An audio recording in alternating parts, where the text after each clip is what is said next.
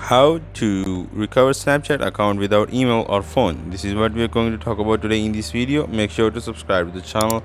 If you have any question, put it down in the comment section. Also, don't forget to hit the like button. Thank you.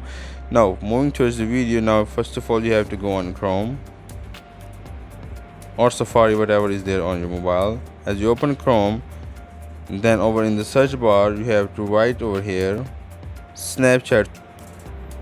As you click on Snapchat support, this kind of page will occur. Click on that, and after that, over here you will have an option of your account and security. Then I have an issue in login. Now by clicking on that, I have to go on select another feature that I want, and then I have to go down and see that if I have an available option need help with something. As I click on need help with something and I click yes, then I have to go down and tell them whatever I need help with.